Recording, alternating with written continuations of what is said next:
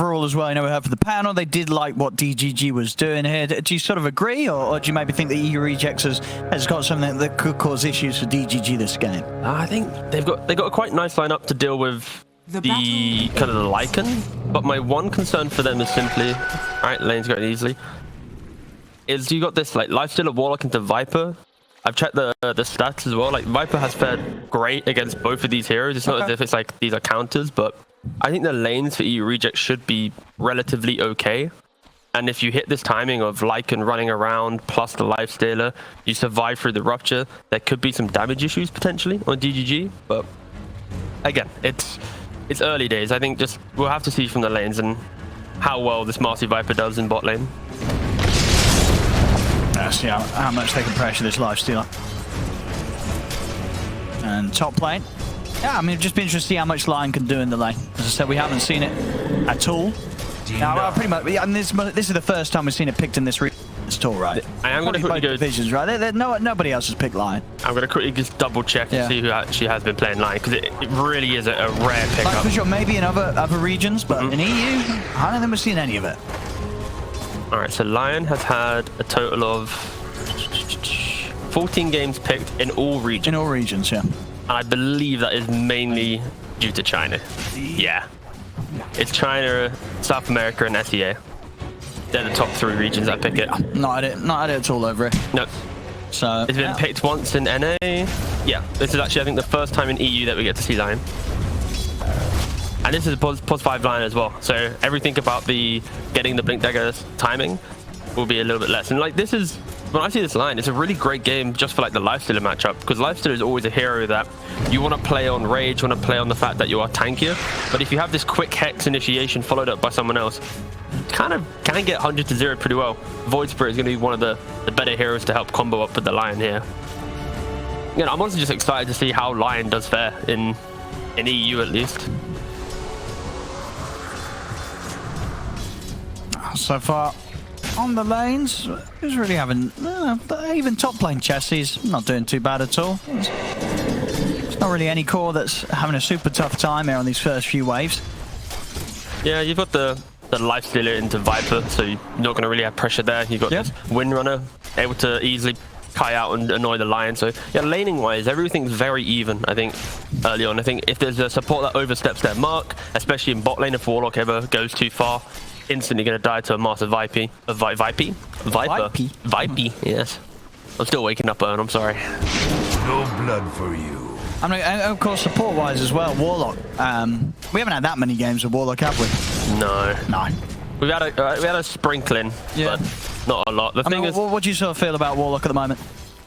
I think a lot of people expected it to be better than it was just because of the whole salve thing, but that's just the byproduct of the patch. Like, oh, gotta pick healing now, we got no salves. But yeah, I honestly don't mind the hero, just still a little bit slow. The ultimate, the fact that it's on some 170-second cooldown, it will always make the hero feel quite bad. And unless you have this like snowballing lineup that just plows through the game using your shard and the hill, that would do pretty well. Warlock also, he's had a pretty decent showing in regards to pick, but like 40 games out of all the regions, 47 games, but yeah, still not as many of others. We've had over, what was it, 444 games played, so less than 10% showing from Warlock, or around 10% actually. Honestly, top.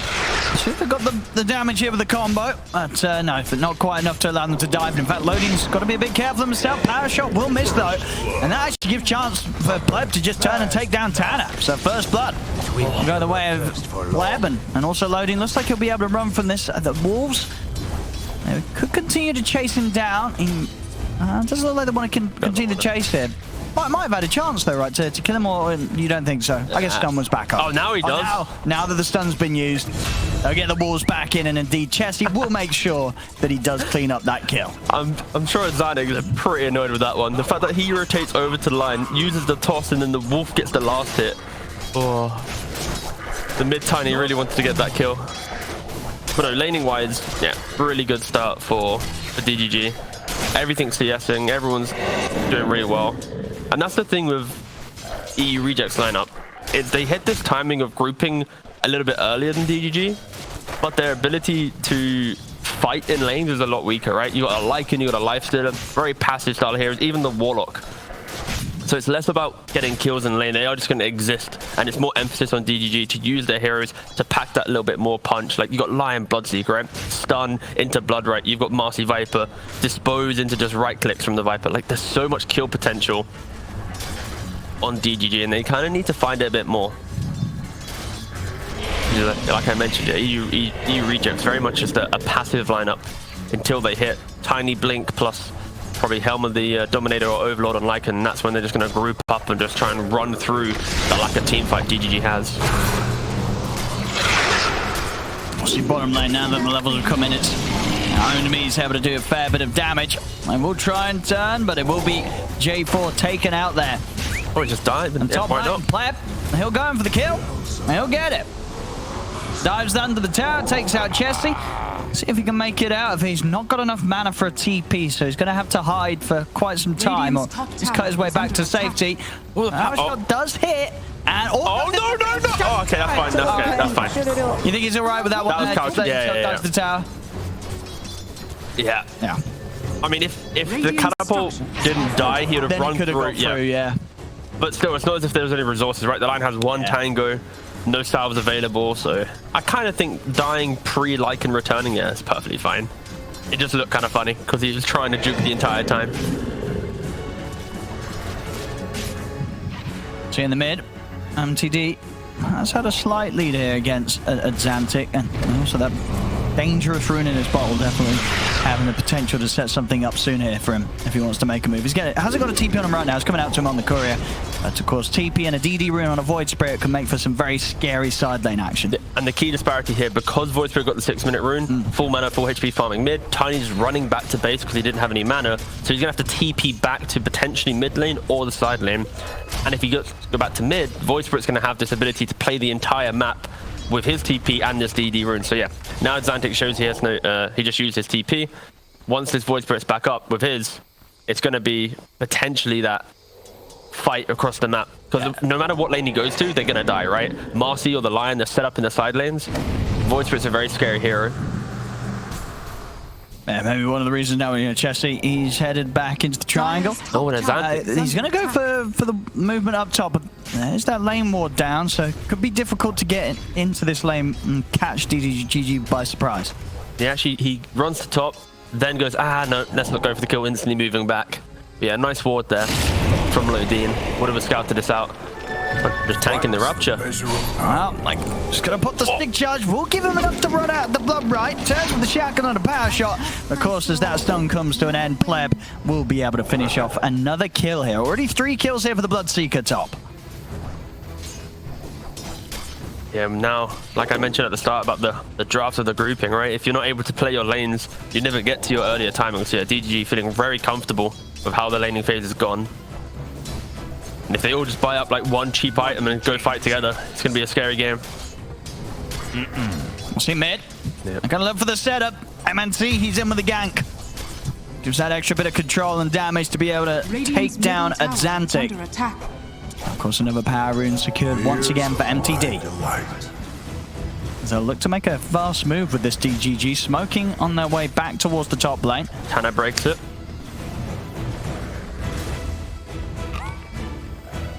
See Chessie showing back up to the lane. Rupture will be back in 5 seconds, so Chessie's got to be careful here. Oh, this ward does so much for DGG. They're going to have the setup. There's the Rupture. There's nowhere for him to run. He'll try and run. In fact, with the TP backup, they might just be able to keep that man alive. Chessie, he'll be able to hold his position. EU Rejects turning up in style as they take out the 2 supports and keep their Lycan protected. Just perfect reaction, right? The speed in which Xantic TP'd into that lane, the Aver, the toss killing off the line. Need one extra little bit of control to keep Chessie in proximity, but unable to do that. Yeah, nice little return. I was worried for EU Rejects that DGG were going to start snowballing with this line Marcy rotation, get a kill top, move to mid, but finally Xantic gets them entry into the game. They want to try and defend this DGG. They're coming in with the mass TPs. Bottom tower is under attack. See what they can do to stop this. As Owned Me, he'll show himself. He rejects. They'll just start running straight towards him. The tower's been taken out. DGG, they need more here if they want to try and take this team fight. Here's MTD, jumps in with the burst, will be able to clear out Xantic. They've lost MNT in return. Stun from Lodi now on towards Tanner. Tanner's continuing to try and stay on top of Omi. Will be able to line up the shackle shot into the power shot. So it'll be a 2 for 2 for now. Chesty seeing if he can bring down more.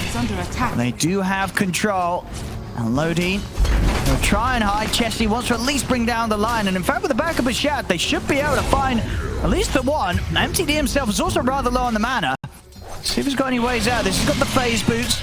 So it might be a little too fast for Shat to stay on top of. And indeed, MTD's just going to opt for the TP out. So DGG, they turn up for the fight there, but not necessarily a big win at all. In fact, if anything, it ends up being sort of straight even there. Sort of a 3 for 3 trade behind the tower. Yeah, it feels more like a win for EU Reject. Yeah. Because they're able to at least pack a punch. But of course, because of how well the lanes went, it doesn't really matter at the end of the day for DGG. They can kind of wipe that one away. Like, look at the net worth. Your Void Spirit, he didn't die in that fight. He actually cleaned up a couple kills. Still top net worth. Bloodseeker, 5k gold. For sure, you get a tower from EU Rejects. I think you have to be mindful, though, if you are DGG, that this Lifestealer, Lycan, the chase down that they can provide, the fact that you don't have the best stuns in teamfight, if you are in the wrong position, EU Rejects can just run over you. See mid. Everything. It's not enough to lock him down straight away. Chesty was looking to chase, but with the 2 astral steps, MTD's out of that. So MNT is well able to swing in and give that movement speed boost to Loading, making sure that DGG don't lose any heroes here. They may lose the tower though. The push coming in big time from EU Reject, so they continue to move around the map as a unit and take these tier 1 towers. It's kind of the only play that they can do right now, right? We just saw how the lack of control they had wouldn't allow them the damage to kill Void Spirit. So their response is, okay, just take the tower, keep farming up. The shackle shot. Catch MTD. He nearly gets taken out. In fact, he does get clipped by the fatal bond, so he's got to be a bit careful here. MNT tries to stand his ground with the Xantic. Xantic goes for the TP out, but PLEB will be in time to take him down. Of course, that damage from the fatal bonds did mean that MTD still ended up falling. Shackle. That's a beautiful one from Tanner over to the 2 heroes. They'll be able to get MNT as well. Meanwhile, deep sort of in enemy lines there, Chesty, it's rather far across the map. Does get taken down solo by Only. What a weird game so far. Like, AU Rejects kind of throw bodies into engagements and then kind of sometimes find kills, sometimes find objectives. Meanwhile, DGG just farming up the entire time.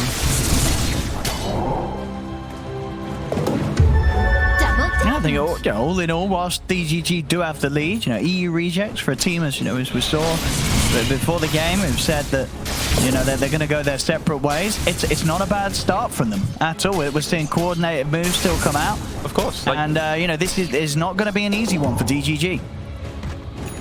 Also helps in that fight, Tanner was able to snipe the Void Spirit with an additional power shot at the very end, so that was kind of the clutch play of the fight so far. I know, nice, finally, some aggression from DGG. Oh, okay, they smoked under a ward. All right, nice D ward from DGG. But I still feel with their lineup, like every time there's no Golem or no Lycan ult, they can be crossing the river looking for a fight. Like, you've got this Witchblade on the Void Spirit. You even have the smaller plays like the Rebound on the Lion. Like, you can, if Lycan does ult, the double move speed from these heroes, you can kind of disengage. J4 is going to tank up the smoke in bot lane. It's looking pretty dead here. Oh, he is juicing. All right, dodges the blood right, dodges the stun. Hexes himself. Double hex. And then a follow-up hex from Lodi. And they will get him. Now, see at the same time a smoke up from EU Rejects. They know that with that move from DGG down bottom, maybe a bit of a chance that they can find a core on their own this side of the map. Is under It's really nice positioning though from Only and top, hugging the tree line, not even farming jungle. Everyone else just playing quite defensively. Not allowing an opportunity for EU Rejects to find the kill. Xantic, he's picked up the Blink Dagger. He really wants to find an initiation. So if he can get the angle here for the shackle, they can't quite. MTD, he's actually ready to jump back in. They'll go over the combo over towards Xantic, and Xantic getting low with the finger, they'll burst through him, and Xantic out of the fight. Just missing a little bit of damage there.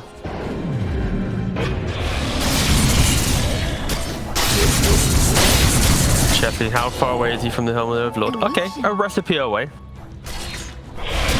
me, that kind of feels like the timing you're looking for in EU Rejects. Having this Ancient Creep plus the Lifestealer running around together, fighting in. You have a Golem. They'll probably look for a big fight outside Roshan, then look to get the Aegis themselves. So DGG need to be mindful of that. That's why they're kind of sweeping through their jungle now. Kind of currently playing underneath a ward. Baiting with the illusion though. We'll see them go for own me, but backup is here between MNT and MTD. They'll drop the golem. MNT should be dead. See if they can do anything more off the back of this, but PLEB's turned up and he's ready for the fight. As that'll be Chesty, caught the front. He's gone. We'll see Loading try for the chase, but Azantic will jump back in with the combo to take him down. Might put his own life at risk though for this, as PLEB and MTD, they're focusing him down, and Zantic will fall. Another kill here for PLEB. Your last. Just to give some context, that Owned Me and Tanner did used to play on the same team. What was it called again? Oh, can't remember the team name now. Damn. Well, they are. Well, Tanner last time round was on... I'm checking. I should know this. No, it was an open qualifier team like 5 years ago. Oh, okay. Evil Corporation. There we go. Evil Corporation. Evil Corp. They were like the screen squad of the EU. Always playing open qualifiers. Never qualifying, but doing pretty well. Only took until the last couple of years, but at least Owned Me pivots away from that and actually found a pretty decent team. Same for Tanner, of course, having the nip days.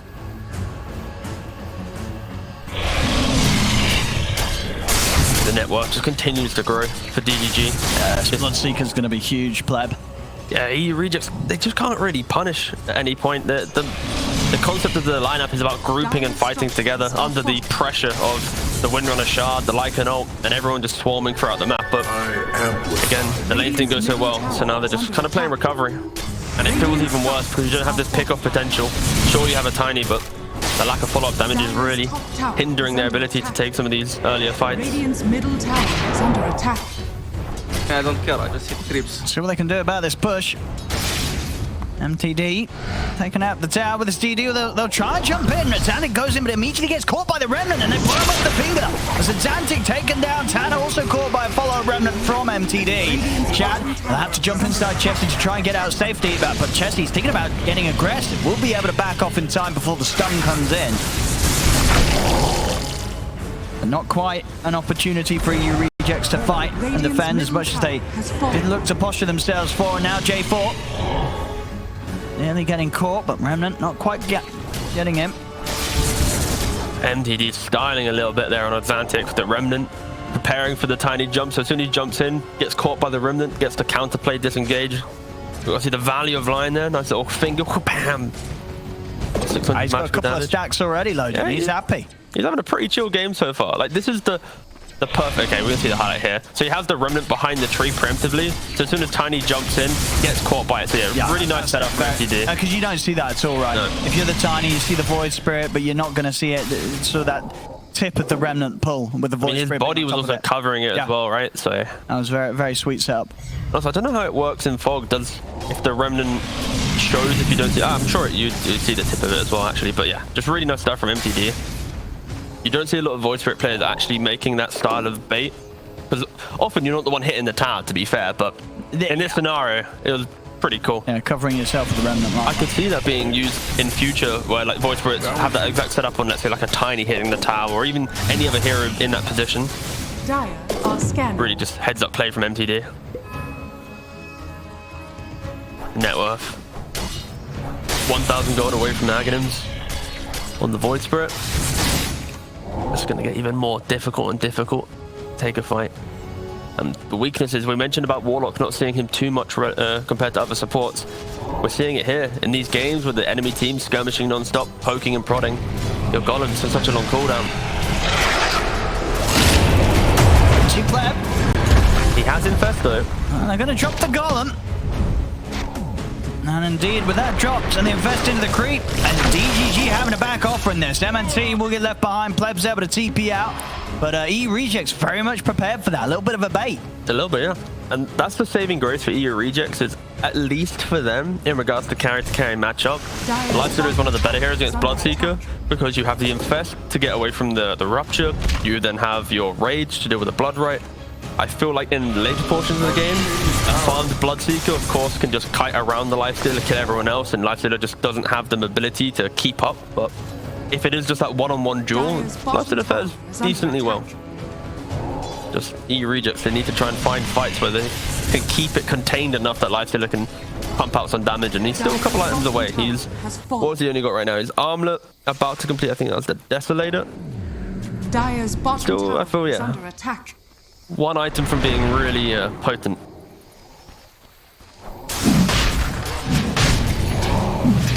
Ooh, DGG just going straight for the Roshan now.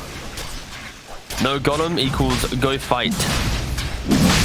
We need to wait another 100 seconds for Golem to be available. Radiant are scanning. EU Rejects, they have to contest this. They can't allow a snowball and skirmishy lineup to get a free Aegis. But it just seemed like DGG very much respecting what EU Rejects can do, even when they don't have the Golem. They're being careful about how they commit around the pit. They're backed off, they're smoked up. They need a kill first. Oh, MTD actually did see the smoke there. Both teams posturing.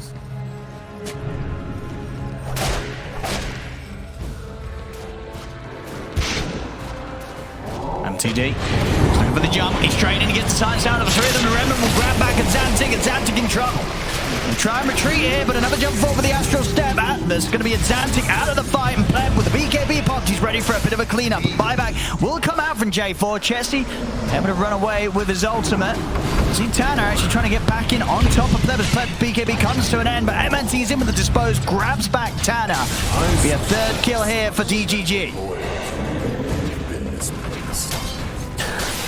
Watching the live stream in this fight, just inside the Thunder Hide the entire time, like, guys, I'm not really gonna do anything here. Massive aggro though from MTD.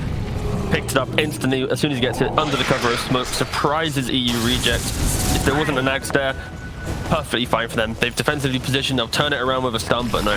You silence 3 heroes, lay it with a Blood right on top. You don't get to see any of the impact. The Radiant side. MTD 6-1-7, having a near perfect game, it feels like. Now, of course, for EU Rejects, that was without the Golem. J4's got the ult back up now. Gotta make it worth it. If you win for this Golem, you're giving away your Aegis. A lot of pressure on Warlock. They hit 3-4 man bonds.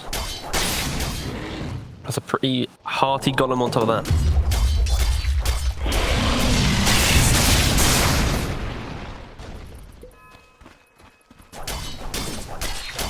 There's also the potential that EU Rejects can just go into the pit themselves. They have a Desolator, they have the Drum, of course the Vladzora from the Overlord. A lot of ways for them to go Roshan themselves if they wanted to be a little bit more daring. Or if they saw someone else on the side of the map, but no, instead, look for the fight, of course. Everyone's here. See if they can catch him by surprise. And Xantic, he's in. He'll go straight towards loading. They drop the Golem. They've taken out the line, but Xantic again. He's in deep, and he's gone. They'll take him down. Silence catches onto Shad. Shad's in trouble. He's got no way to play there. Silenced up by MTD. Dispose as well. Catches Chessie on the attempted retreat. Might still be able to get himself out of here with the speed that he has. That's 2 of their cores down and out of the fight immediately. Look at Lodine. He's all by himself. 1v2 in the support. Buying time for the rest of his team to come in. Oh. If only had an extra, a little bit caught on his stun there. I mean, that was the fight with the Golem. It didn't quite go anywhere close to how EU Rejects would have wanted it to. They don't get anything. They lose 2 cores and they'll lose Roshan here to DGG. Yeah, it's the difficulty, right? This line, that's only 1100 HP, give or take, but still. Your Tiny jumps in, isn't able to kill him off instantly. Didn't they? Yeah. And then, of course, you then have the Golem on top, plus the power shot. That's a lot of your kind of earlier damage, at least. Your Lifestealer isn't able to enter the fight, gets clipped by a silence, instantly dies. Like, there's a little bit of disconnect within EU Rejects in how they start a fight. Their fights, if you're reaching, if you're blinking away, the rest of your team can't really get in as quick at this point in the game. So yeah, just Tiny going in so quickly, it didn't allow for the rest of the team to set up. And of course, it did look like a pretty good initiation. But fighting in that dire jungle, fighting around that outpost, only killing a support after using all your big spells, the buyback's just going to turn the fight around and everyone's just going to easily fight you there. Yeah, so unfortunate for EU Rejects a little bit. If you have the Echo Saber complete, then of course by himself he did kill the line. Maybe the spells have been used a little bit differently. Just a byproduct of how hard the game has been so far. But still, they're posturing in a way that they don't want to concede any of the map. Radiant's middle tower is under attack. Zantic. We'll find loading here.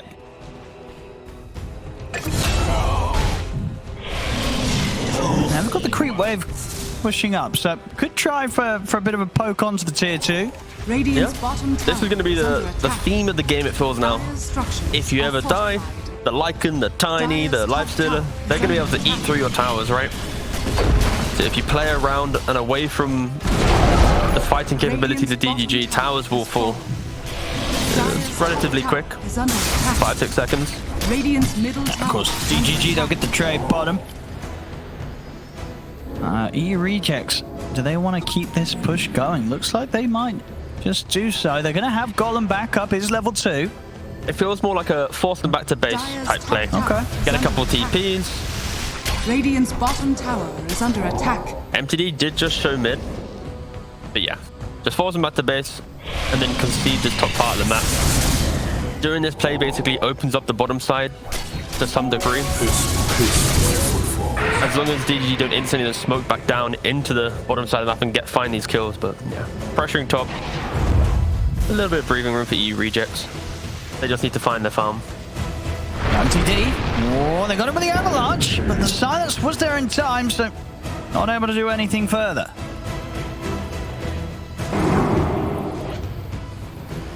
Oh, and this is the value of the Lion. Lifestealer has to go with Lycans now because he's afraid of that blink initiating hex. It's going to take him a bit more time, and already DGG, they're hunting for the action. J4 very aggressively positioned on his Warlock. They're going to go straight for Zantic. They catch him with the front with the finger. He's taken down. We'll be able to clean up loading in return, but you can see already PLEB is looking for the opportunity to start a bit of a cleanup himself. He's taking quite a bit of damage there from the summons and such. See the Golem now drop. That's going to cause the death of MNT. So EU rejects may have lost to Zantic, but they'll certainly be able to put a stop to the fight and hold back DGG. J4, he really didn't want to use Golem as well. There's like a meaty 4-man Golem. It's like, no. We need to make sure we use this correctly, and he eventually does use it, but yeah, only losing supports for DGG. Quick reset and go again. Golem's on cooldown. They have to be kind of careful. Like a couple more of these like throwaway deaths and you eventually get the net worth back, right? Like the Lycan potentially soon going to overtake the Viper. The Lifestealer is like eking his way back up. If EU rejects can get tanky enough, then you can brush off skirmishing capabilities of DGG. And you can never really count out this Radiant lineup. Sure, it has a lot of disadvantages in regards to pick-off potential and kind of just map presence, but their ability to run down a lane is very potent. Oh, and a Lotus Swap pick-up on Warlock. That's pretty cool. Yeah, they're good. A lot of single target stuff from DGG that they rely on. You throw that on your Lifestealer, he's going to play with a little bit more confidence. No, I like this pickup from J4. Dire's Refresher, a little bit ambitious, but if he gets there, whew. Nah, big fan of this pickup. How long for that? 20 seconds for Aegis to expire.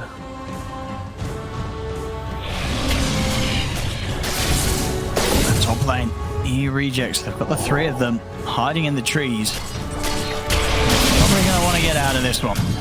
Jesse and J4 are out, and Shad, he'll soon be able to follow. He has got the TP. Looks like he's hovering around.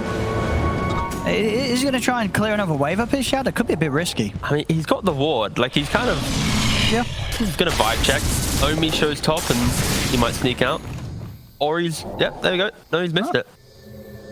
What's he up to, Shad? Come on. What are we doing, boss? What's the plan? Is he going to go for the next wave? He's just really intensely microing his current. I mean, he's making sure, you know, he does indeed know everyone. And now he's going to see the DGG around this top push. He'll feel safe to go for the next wave. That kind of feels like it, right? Tana will power shot. We got the wave. Yeah, okay, he'll get the... Oh, no. Okay, doesn't want to get the next wave. He actually wants to get back and be ready to join the fight here for the defense of the tier 1. Lycan just picked up a BKB. Zantic. Gonna start things off with the setup onto the Viper. Chessie puts the BKB. They'll be able to bring down Onmi. Xantic does end up going down. See Chessie go for MNT now in turn. PLEB's trying to come in with the BKB, but already Shad's away with the Infest. They'll take out J4, but a buyback from Xantic comes into play. DGG, they're back on off, but Tana catching PLEB with the Shackle, and Xantic in with the Avalanche. They're taking down the Bloodseeker. See if they can catch MTD. MTD should be fine. He's still got to step in to dissimulate. Loading also out of there with the blink. Oh, Tana! Around there. The Shackle comes in into the silence. The combo, they actually end up catching MTD. They finally connected on their spells. It took them quite some time, but yeah. It's not often you see the 29-minute off-lane tier 1 tower defense come in, but... And it worked. It worked wonders. It did. They hold the tower, they push him back. Now, only cost them one buyback on a Xantic, and Shawas is one of the cores. He's one of the poorer cores at this stage, so not the biggest of investments. Yeah, I'm more than happy with that. Very much Xantic has accepted that he is just the initiator, right? That fight was near perfect. You've got the Avatos onto the Viper, bringing him into the tier 1 tower. The Lycan's got a BKB, so he can just run through the middle of the fight. Everyone's getting pushed back by the Gale, the Bonds. Like, you couldn't ask for a better fight pretty much for EU Rejects. And it was just around the tower. Like, check this out again. Yeah. So you have the toss back, Chessie instantly able to just run through the fight. You clean up the Viper. Like, there's no way with DGG's lineup they can take this fight. No, with their type of heroes. Your save's already been killed by the Marcy. Sure, Bloodseeker gets a kill, but he has to expend his BKB, and then Tana beautifully positioned to get a nice Shackle shot there.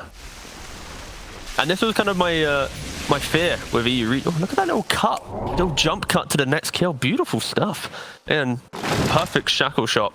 And this was the one thing that EU Rejects could lean on in their draft, is they eventually do get tanky enough to survive DGG. It's now, how do they rebuttal the next fight they have? And they still have Golem, they didn't even use that. They didn't. No, they're winning these fights with that. Over to the side, they get the jump, they're going to take out Loading immediately as he shows his face. See DGG, they're going to try and fight this one. Don't like it, just dead. PLEB has put the BKB, he'll turn over towards Shad, but the Glimmer's there. Shad, it's going to be okay. Infest into Tana and he's out and away. MTD thinking about chasing. Tana will go as well. We're getting back on. See MTD push on with the BKB, and Xantic has been low, still trying for the TP out. But they'll put a stop to it with the Dispose. They do manage to clean up a second core off the back of the defense here, DGG, and they're looking for more. Remnant in, grabs J4, holds him in the blood right. They'll pick up a third kill, so a solid punch back there from DGG. And that was the point I was like, how does EU Rejects do it? Extra gold there as well, 250, that's a lot of money. That was the real question I wanted to get answered by EU Rejects. After you win such a commanding fight, how do you then play the map, right? When you feel the momentum of the game might be shifting your way. And they demonstrated that they're a little bit too over-aggressive, right? The way that Chessie and his Lycan just plows behind the tier 2 tower, gets ruptured, instantly dies. They aren't able to cleanly use their spells this time around. But it's because DGG, they're more spread. They're only offering up like a single hero. They're playing for their draft to be poke and prod. There we go, and this gives away the Roshan. This could have been EU Rejects Roshan with their heroes. The story of this game could have been completely different if they didn't try and look for that fight. But alas, DGG capitalized. And with the butterfly on the Bloodseeker. Yeah, he's got the shard as well now from that Roshan. He's going to be a happy lad. Well, Viper though, not so happy. He's got backup, and in fact, with the Force and Disposed aside, they'll be able to keep him alive. It's Tana trying to get away there. MTD was blocking him rather well. Looks like he'll still be able to run here as he turns, gets the Shackle off. Chessie BKB just in time to dodge the Finger of Death damage, but he will still die here. Humbled. Oh, gotta love Marcy, right? Viper looks like he's about to die, then yeet, out of there. And they could come in with quite the push. They might be without loading. They get the jump on PLEB lost the BKB. Oh, God. One hit away from dying there, PLEB. My goodness. He's lucky to get out there alive. Oh, Tana nearly had him.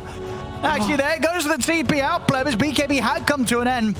Nice try from Tana, but won't get him. And yeah, PLEB, he was living on the edge there. Rebound move speed, everybody. Not stupid. Very stupid. Why is this so much? This Bloodseeker was meant to be dead. Or J4. Oh, he's pretty dead, yeah. He's going down.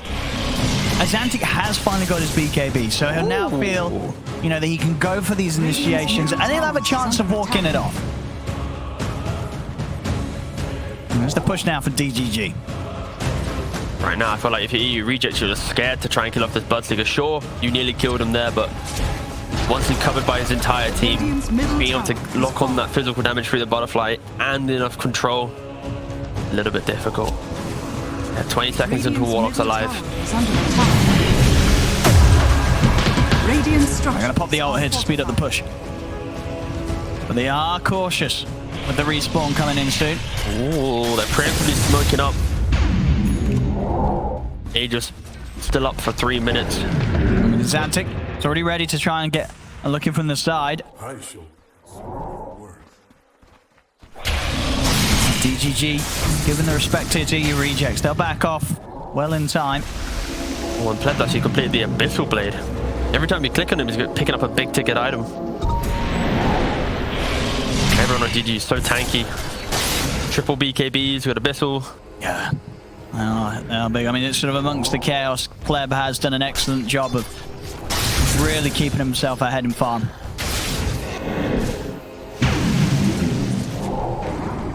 Well, a fair, what, 300 CS. Actually, Shout's not too far behind. I guess sort of just the kill involvement there being the difference maker. 929 versus just a 5, 1, and 8.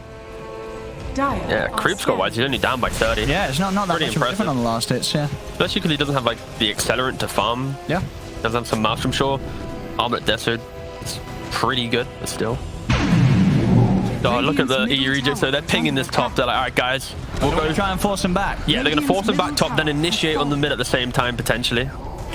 I don't know if DGG's going to feel the need to back off though. The Lycan's up there. You got the Boots of Bearing, Ancient Creep, double catapult. And it's going to be a decent push. DGG, they'll definitely want to stick around to at least finish up the racks first mid. Dire's top tower is under And these shackles from Tanner pretty much catching every time. Got the bash, MTD. He'll only just get himself out in time as he'll run. That tree's going to be chasing him though. It's got the Resonant Pulse to protect him, and they do have... Wait, the Warlock kill? Oh. Keep him alive, only just, but that was close there. Yeah, so DG actually used fortification as well in top lane, so that put a little bit of fear in Chessie's mind to TP back. And they get the melee racks mid, and they don't lose anything themselves top. But now there's no fortification, so you get the wipe, you kill top tier 3, then go for tier 4s, EU rejects, there's a chance to win this game. And they have got the golem, of course. The EU rejects, they've got everything ready to go. We'll see it again here on the replay. That great escape here from MTD. As here comes the tree. Of course, you're not dodging that with the Astral Step. That will chase you. And that Resonant Pulse, that little bit of damage. Oh, wait, no. He actually lived because the Deso minus armor eventually then faded out, ticked out. So he disengaged long enough so the Deso minus armor came back. Oh, that was actually... Oh, you're right. That actually might have... If he had the minus armor, he was dead. Yeah. I restore my connection to the void. Now, you reject. Atlantic, he's found the jump. He's in on a PLEB. He's in trouble. Put the BKB, he'll look to run. Again, getting that movement speed buff. And that will save him. PLEB's able to get out of the side, turns around with the rupture. Loading will end up fingering himself there. Down to the loads, it's thrown down onto Shat, but still the damage is enough to bring out the lifestealer. He's out of the game. Shat goes down. DGG, they'll look to push for more. Chessie caught by the stun. He'll also end up falling. Triple kill here for the Viper. Owned me. The one in charge of the cleanup this time. As the rest of EU rejects, they'll try and run, but loading, hot on the chase, catching Tanner here with the opening. And they'll have the further lockdown. They'll pass it over towards Own Me. He'll look to pick up another, but this time it'll be MTD getting that 4th kill out of the team fight for DGG. And yeah, really once more, again, PLEB, he's got out of sort of both of these situations, down to that movement speed buff from MNT. Literally like one hit away from dying 2 times now. This has been some excellent moves to keep their Bloodseeker alive. You have to feel bad for EU rejects, right? Like, twice you found Bloodseeker in a vulnerable position, and he's quick rebound. Whoops, sorry, just gonna BKB phase. Whoop, I'm out of the fight. Disengages far enough to then use his rupture. Oh, now they're ready to dive just in. moved now. Falls on his own. And straight back in to look for the kill. He'll buy back. See what sort of a defense they can put up with the 2 of them. They'll have Tanner and a Xantic back in 10. MTD with a full Octarine complete.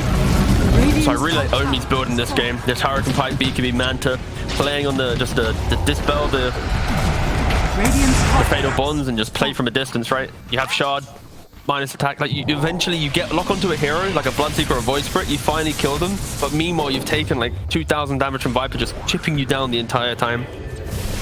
Really is very potent.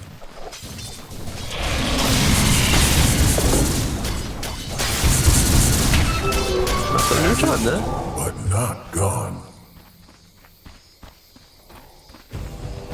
Also the value of Manta, just non-stop pushing out these lanes, getting vision. It's one of the most underrated things, or not underrated things, but one of the, it could be utilized a lot more potentially on some of these heroes that can pick up Manta and it doesn't feel too bad. There is a game all about vision and just having lanes pushed out. One of the items that allows you to do it without any threat of you dying yourself. Satanic now complete on Bloodseeker. So not only has he been living on like a sliver of HP, now he's going to be able to use that move speed to lock onto a hero with the Satanic, get some right clicks off, heal back up.